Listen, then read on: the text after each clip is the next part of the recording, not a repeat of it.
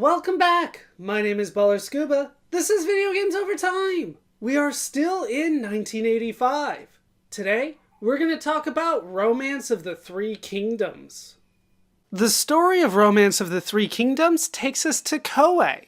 Koei is a Japanese video game developer and publisher founded in 1978 by brothers Yoichi and Keiko Arakawa. Koei first became successful in 1982 with the release of the erotic video game Suma no Yuuku, or Seduction of the Condominium Wife, for the PC 8001 in Japan. This would lead to the creation of Nobunaga no Yabo, or Nobunaga's Ambition. Nobunaga's Ambition was released to a variety of Japanese computers in March 1983. It is a turn-based strategy game that takes place during the Sengoku period of feudal Japan, which takes place mostly in the 15th and 16th century CE. This would prove to be Koei's most successful game to date, and would encourage the company to continue to create historical strategy games. Koei's next major inspiration would be from Romance of the Three Kingdoms. Romance of the Three Kingdoms is a 14th century CE Chinese historical novel.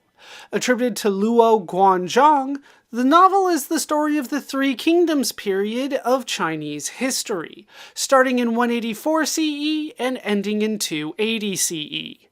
Much of this novel is based on the records of the Three Kingdoms, written by Chen Shou in the 280s or 290s CE. The Romance of the Three Kingdoms novel follows hundreds of characters, focusing on the fall of the Han Dynasty in China. It would focus on the history of three main states, Cao Wei, Shu Han, and Eastern Wu, in their attempts to achieve dominance in China for nearly 100 years. This timeline encompasses the time from the end of the Han Dynasty until the start of the Jin Dynasty. In China, Romance of the Three Kingdoms is very highly regarded. It is one of the four great classical novels of Chinese literature, often considered the greatest Chinese novel of all time, and its influence is often compared to Shakespeare's influence on English. Romance of the Three Kingdoms has over 800,000 words across 120 chapters, with over 1,000 characters in the novel. As a result, its plot is wide, expansive, and is notoriously difficult to summarize. In fact, some argue that the novel simply cannot be summarized. As a result, we will not be attempting a summary of the novel today. We will instead focus on the video game. Romance of the Three Kingdoms is a strategy game. The player will choose one of three scenarios to play, then will be able to choose their leaders and opponents. The player will then be able to control their characters and armies in an attempt to win their scenario. Koei released Romance of the Three Kingdoms, known as Sangokushi in Japan, to Japanese computers in 1985. That is a brief backstory to Romance of the Three Kingdoms. With that told, it's time to look at the story and characters as they are presented in the manual. It reads: Entertainment and education. Koei's Romance of the Three Kingdoms is more than just a game. The people, places, and events are all taken from real life.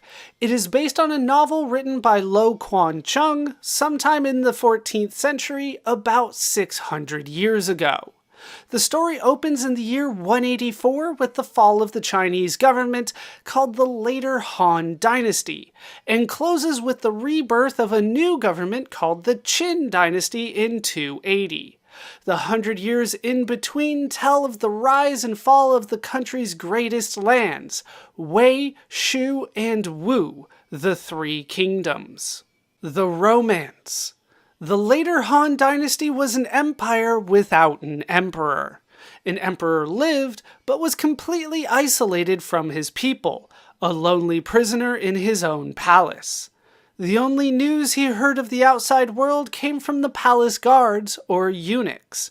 Soon, the eunuchs were able to control what the emperor heard and didn't hear. They became the real power behind the throne. And the more powerful the eunuchs became, the more cruelly they treated the people. Taxes became unbearably high as the greedy eunuchs demanded more and more gold from the peasants. At this time, a terrible epidemic swept the land, claiming countless lives. A wandering magician named Chong Chua discovered a cure, and soon an army of grateful followers rallied behind him. Chong, an ambitious man, decided to use his popularity to overthrow not only the eunuch tyrants, but the whole government as well. He and his followers, famous for the bright yellow turbans they wore, took up arms, and the so-called Yellow Turban Rebellion began. Of the Three Kingdoms.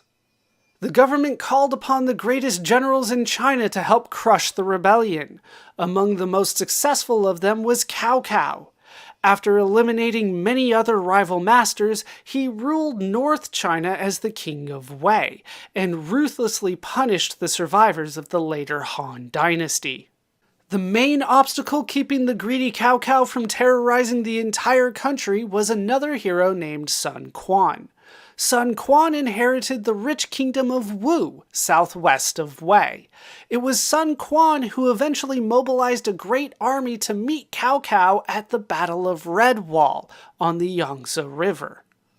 Meanwhile, a humble yet great master named Liu Bei assembled two men of legendary power, and in a quiet peach grove swore eternal brotherhood to them. While Sun Quan gathered men of war, Liu Bei gathered men of knowledge. Among the greatest was Zhuge Liang, perhaps the most brilliant advisor in Chinese history. Under his careful guidance, Liu Bei came to rule the kingdom of Shu. First Blood, the Battle of Shangan Bridge. Following his victory over the minor northern master Yuan Shao in the Battle of Quan Tu, Cao Cao wasted little time in invading the tiny kingdom of Shu. Liu Bei had no choice but to retreat. He and his family dashed for the Chang'an Bridge, taking along 100,000 peasants, hoping to save them from Cao Cao's clutches. When his advisors told him he was being foolish, Liu Bei simply replied, "I cannot abandon my people." Cao Cao's army easily caught up with the fleeing masses, but was stopped by Liu Bei's commander, Zhang Fei, who with 20 men held the Chang'an Bridge against the entire Wei army. The country divided. The Battle of Red Wall. In November of the same year, Cao Cao again threatened to cross the Yangtze River, this time with a navy of 800,000 men. Sun Quan's and Liu Bei's forces combined numbered only 30,000. Faced with such impossible odds, the Allied advisors, Zhou Yu and Zhuge Liang, had no choice but to design an equally impossible plan. With Cao Cao's ships moored on the northern bank and the Allies defending the southern, Zhou Yu realized that a well-placed fire attack could wipe out the attacking fleet. Only unfavorable winds made this plan unworkable.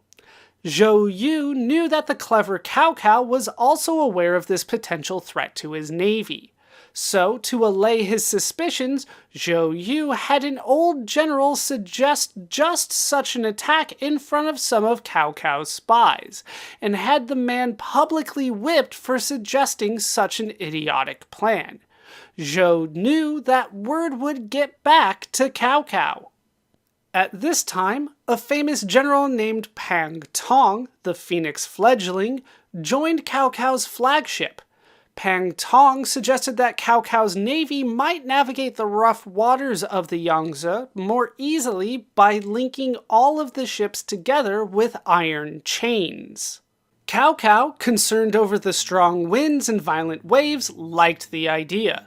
His advisors, however, warned that the Phoenix might be in conspiracy with Zhuge Liang. Cao Cao replied that poor winds made a fire attack impossible. The Allies would only destroy themselves. Meanwhile, the Allies were waiting for favorable winds. Zhuge Liang and Zhou Yu proposed to call the winds and summon the rains. 500 men built an altar at which the two heroes prayed. The wind began to change. Pretending to surrender, a small allied ship approached Cao Cao's navy. When near enough, the ship set Cao Cao's flagship aflame.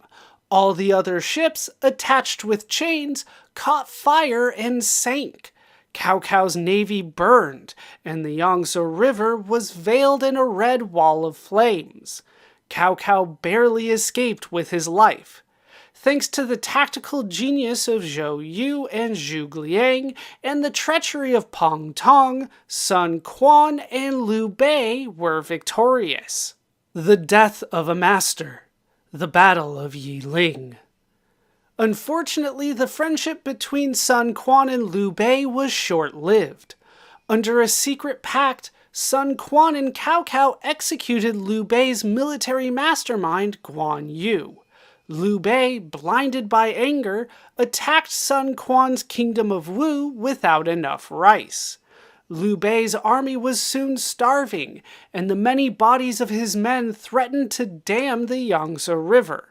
Liu Bei himself died shortly after this disaster, leaving the kingdom of Shu in the hands of his advisor and friend, Zhuge Liang. The final battle, the Battle of Wuchang Plain. Zhuge Liang did his best to protect the crumbling kingdom of Shu, but the strain took its toll on his health. The death of Cao Cao weakened the Wei kingdom enough to warrant an attack by both Wu and Shu. In 227 AD, Zhuge Liang personally led the final assault against Wei. His opponent was more than worthy, being the famous Sima Yi.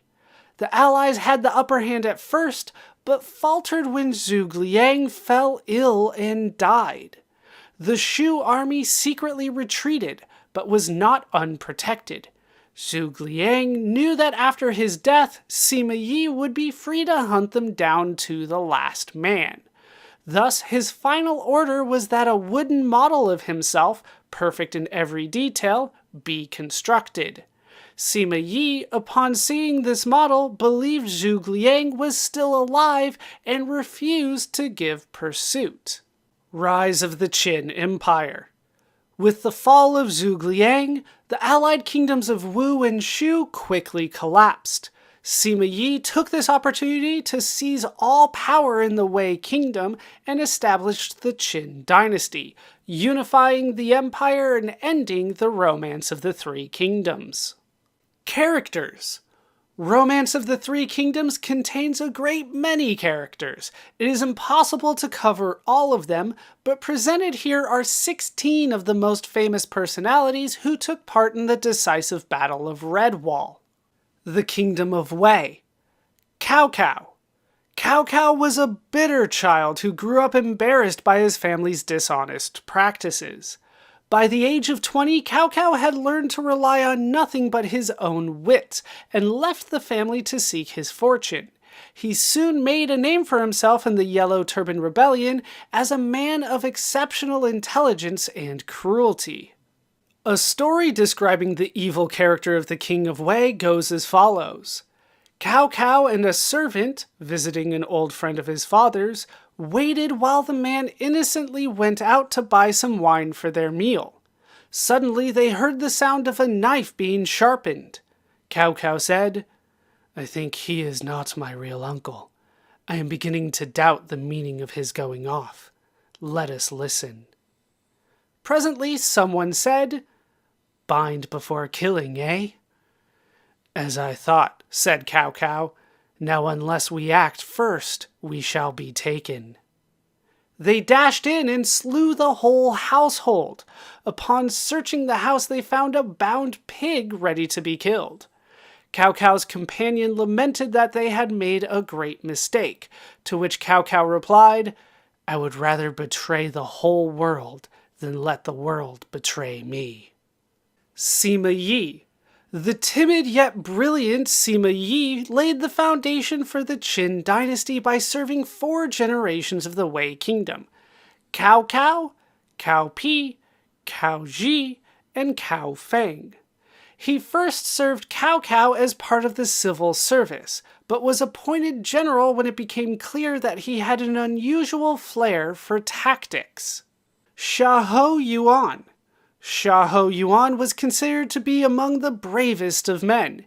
He married one of Cao Cao's sisters and quickly grew in favor, soon becoming one of Wei's greatest generals. He led his troops to victory when the Shu commanders Ma Chao and Han Sui attacked the Shang Pass. Guo Yu. Raised by a famous family, Guo Yu was well known throughout the country for his intelligence. He first served Yuan Shao, but, disgusted at Yuan's lack of ability, left him to become an advisor to Cao Cao. At the Battle of Quantu, he encouraged a losing Cao Cao towards victory. Xu Su. Xu Su once fought a battle against Cao Cao's Herculean general, Dian Wei. Cao Cao, impressed with Xu Su's strength, set a trap and captured him. Xu Su subsequently won several battles for Cao Cao and helped him escape from the Battle of Redwall after his defeat. Because of his brilliance and flair in battle, Xu Su became known as the Passionate Tiger. The Kingdom of Wu.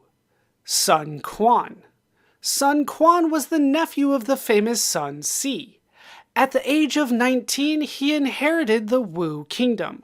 At the Battle of Redwall, Sun Quan joined forces with Liu Bei and Zhuge Liang in an attempt to defeat Cao Cao. At the Battle of Yiling, he allied with Cao Cao to kill Liu Bei's general and blood brother, Guan Yu.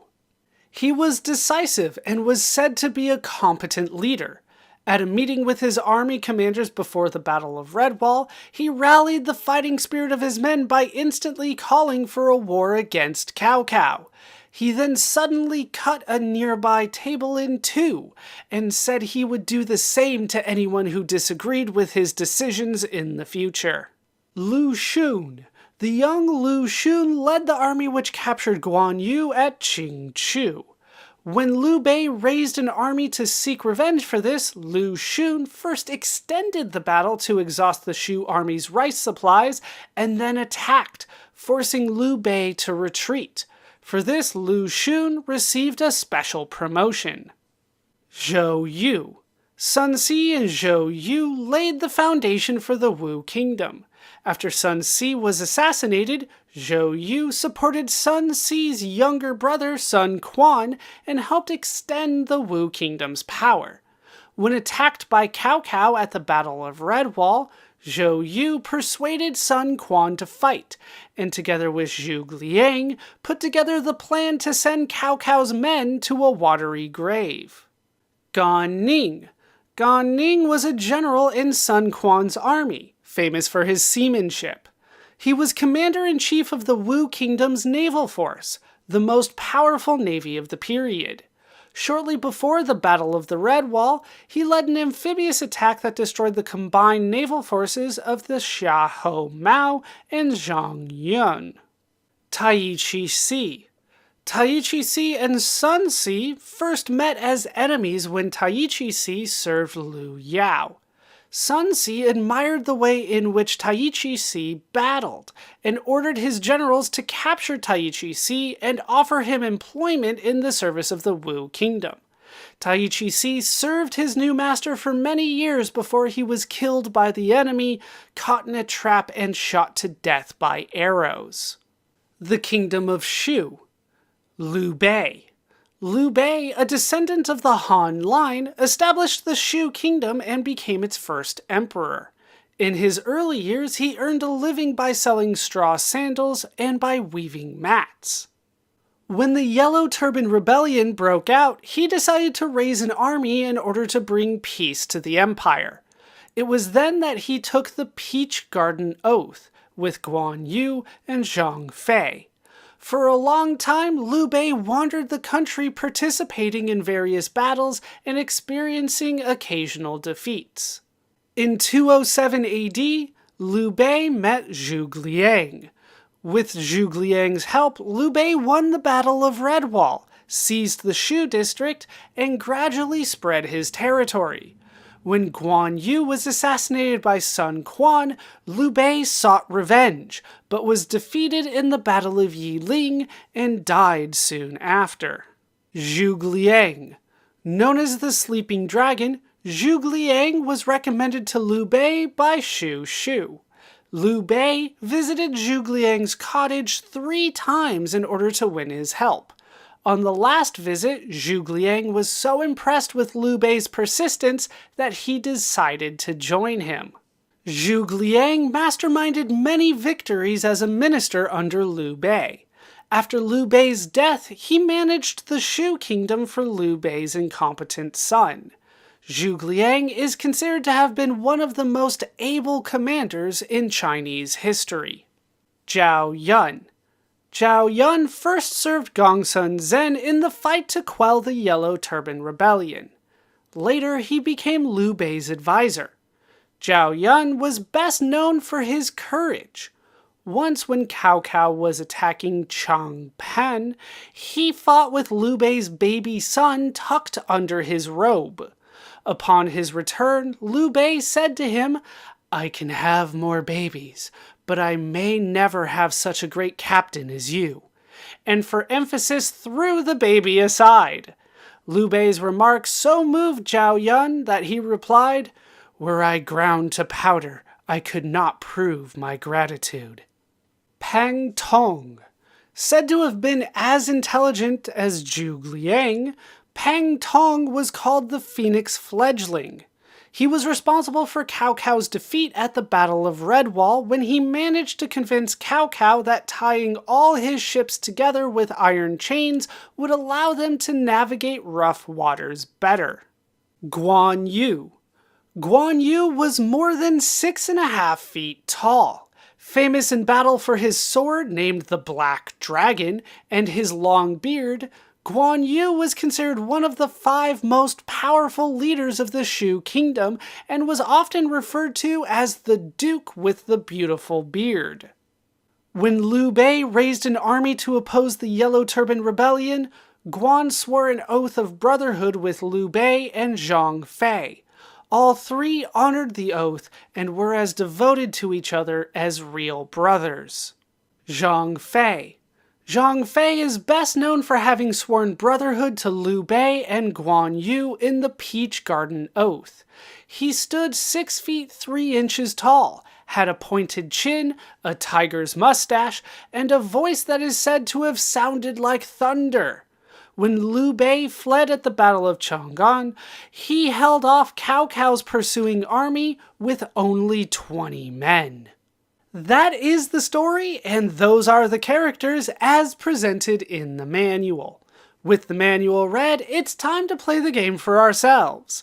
That will have to wait until next time, though. My name is Baller Scuba. This has been Video Games Over Time. Thank you so much for watching, and I hope to see you in our next video when we play Romance of the Three Kingdoms.